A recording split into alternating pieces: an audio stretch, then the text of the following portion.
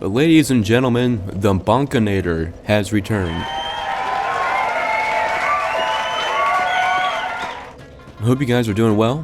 Hope you guys are having a great day, a great night, a great afternoon, a great morning, a great whatever it is you're watching this. I'm very excited for this because we're going to be bonking everything in both Dark Souls 3's DLC.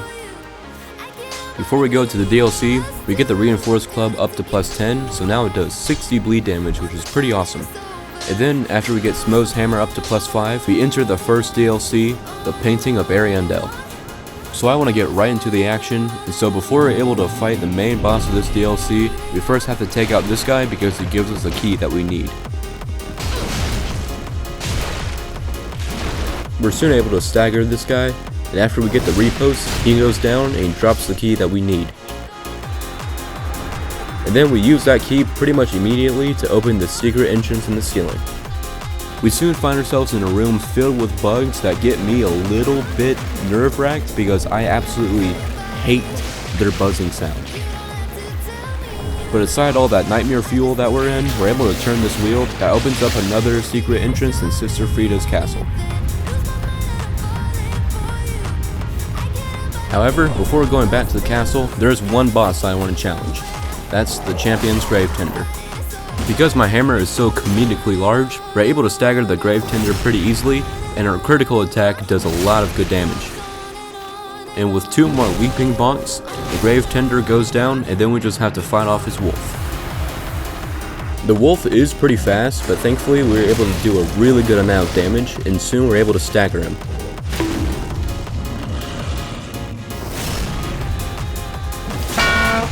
And just like that, our critical attack wipes him out. 1 boss down, 1 more in this DLC to go. I quickly make my way back to Firelink Shrine, and I get a few more levels in the strength for some extra bonk damage, and then it was time to face Sister Frida. Now the first phase of this boss is actually pretty easy because Sister Frida does do a lot of damage, but she has like no poise, and so you can stun lock her into oblivion. And we are doing a crap ton of damage. And just a few bonks later, we go into phase 2.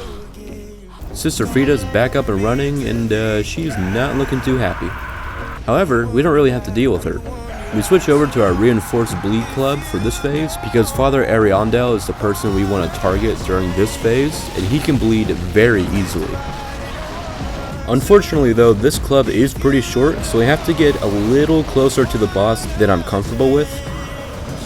But because Father Ariandel takes about like 3 hits to proc the bleed, we're able to get a pretty significant amount of damage in a short amount of time. During the fight, I noticed that Sister Frida is trying to heal her father, and so I politely tell her to stop.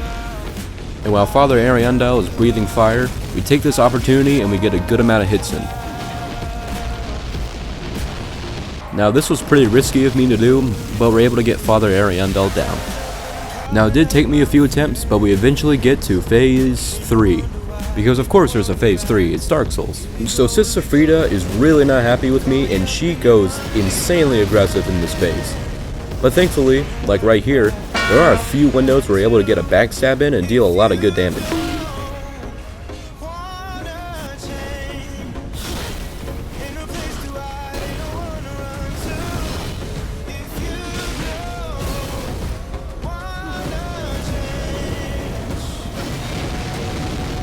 This fight is pretty intense, but it's a whole lot of fun, and after another backstab, plus a few bonks from my hammer, Sister Frida goes down. 1 DLC complete, 1 more to go. Before heading on to the next DLC, I head over to Firelink Shrine, where I grab Sister Frida's scythe, because it's awesome. I get a few more levels in the strength, and then I travel over into the next DLC.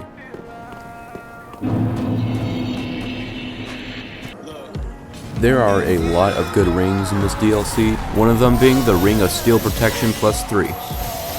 While we're here, we also grab the Silver Serpent Ring plus 3, and that combined with the Shield of Want, we'll get a massive amount of souls per enemy we take out. We also nab the Ring of Favor plus 3, which increases my health, stamina, and equip load. And a few minutes later, we throw on the Steel Protection Ring, and then after falling down this massive crater, it was time to take on the first boss of this DLC. So as you can see, this is a double boss fight, and it's important for us to take out the demon in pain first, because the boss we fight in second phase will be a lot easier to deal with.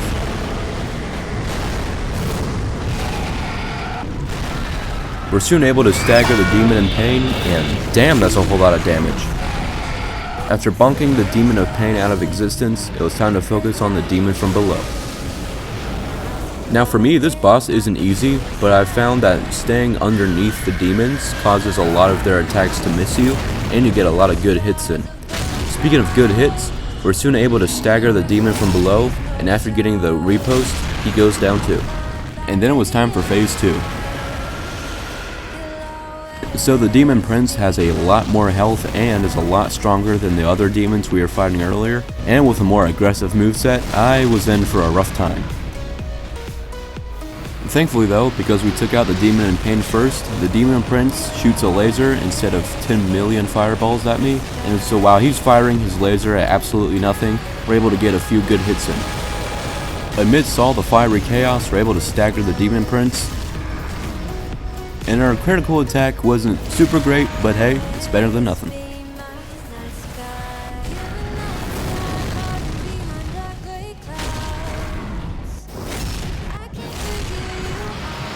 As the demon prince began firing his laser again, we take this opening, and 2 leaping attacks later, the demon prince falls. After that boss was taken care of, we go back to Firelink Shrine, and after getting a few levels into health,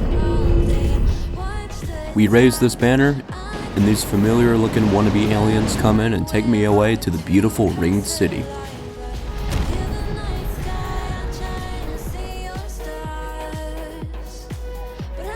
As we head down these stairs, we get a nice welcoming committee. After that warm welcome, we thank the leader of it all by giving him a nice bonk with my club. And then I may or may not have spent an hour killing this knight over and over again to get his armor. Nope, I didn't do that. And then I head down to this murky swamp area where after picking up another dark gem, I come face to face with another Dragon Slayer armor.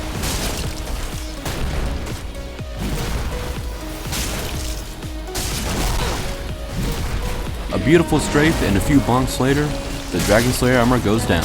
2 me, 0 Dragon Slayer armor. Come on guys, pick up your game, damn it.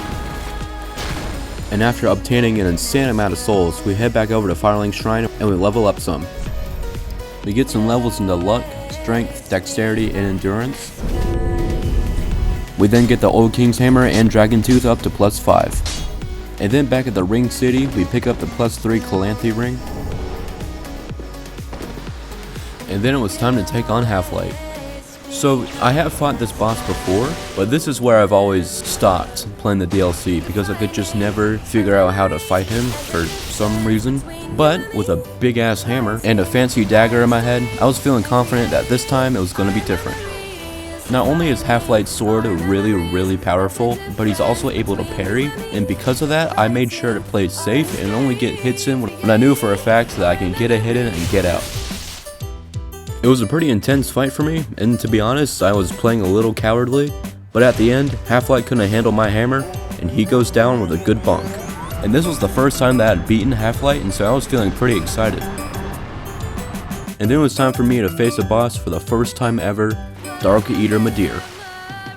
And when I saw how little damage we were doing, I was a little bit concerned. And it didn't take long for Midir to kill all hopes of me taking him out on the first try. During my 6th attempt, I was feeling a lot more confident about this fight because I had gotten down a lot of his moves, and I was only getting hits in when I knew that I could get away without being crushed. During the end of the boss fight, I had no heals left and I was feeling pretty anxious, but thankfully we were able to stagger Midir, and the critical attack did an insane amount of damage. And with one good bonk from my Dragon Tooth, I take out Dark Eater Midir. Now I'm not gonna lie, I was jumping up and down in the air for a few seconds because I was super happy and super excited that I had beaten Dark Eater Midir. After that, we head up these stairs, open these fancy double doors, and... ooh, what's this? Oh crap. Sorry, my bad, I did not mean to do that, I promise.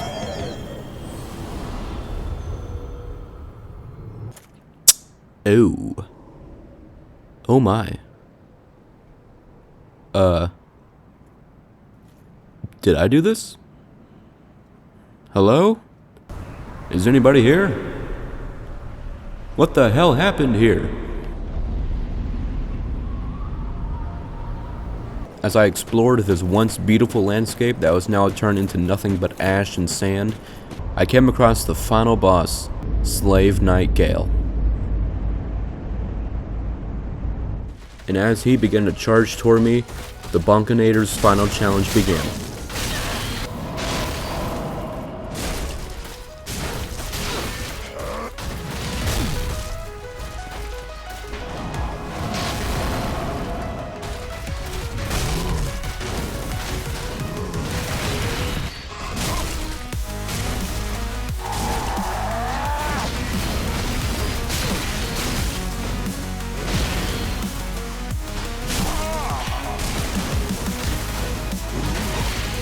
And after a few intense minutes of bonking and dodging later, we get Slave Knight Gale down to phase 2.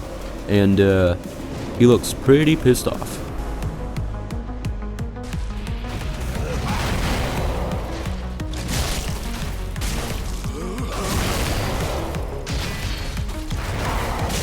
Now it was a very fun but intense fight, and somehow I was able to get him down to phase 3 in my first try. Unfortunately though, we had no heals, and so I wasn't feeling super great about this attempt. It did take me a decent amount of tries. With the Dragon Tooth equipped, we were able to get back to phase 2.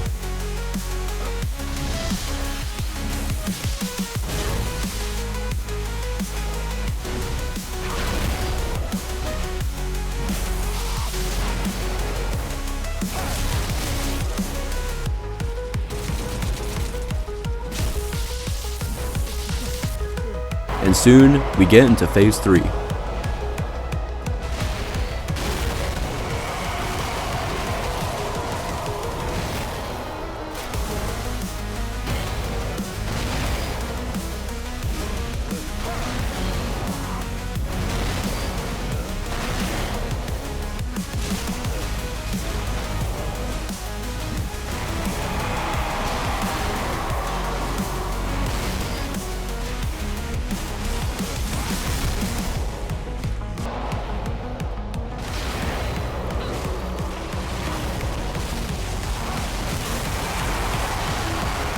It got very close at the end, but soon the Bonkinator takes down Slave Knight Gale, officially marking the end of the Bonkinator's journey in Dark Souls 3.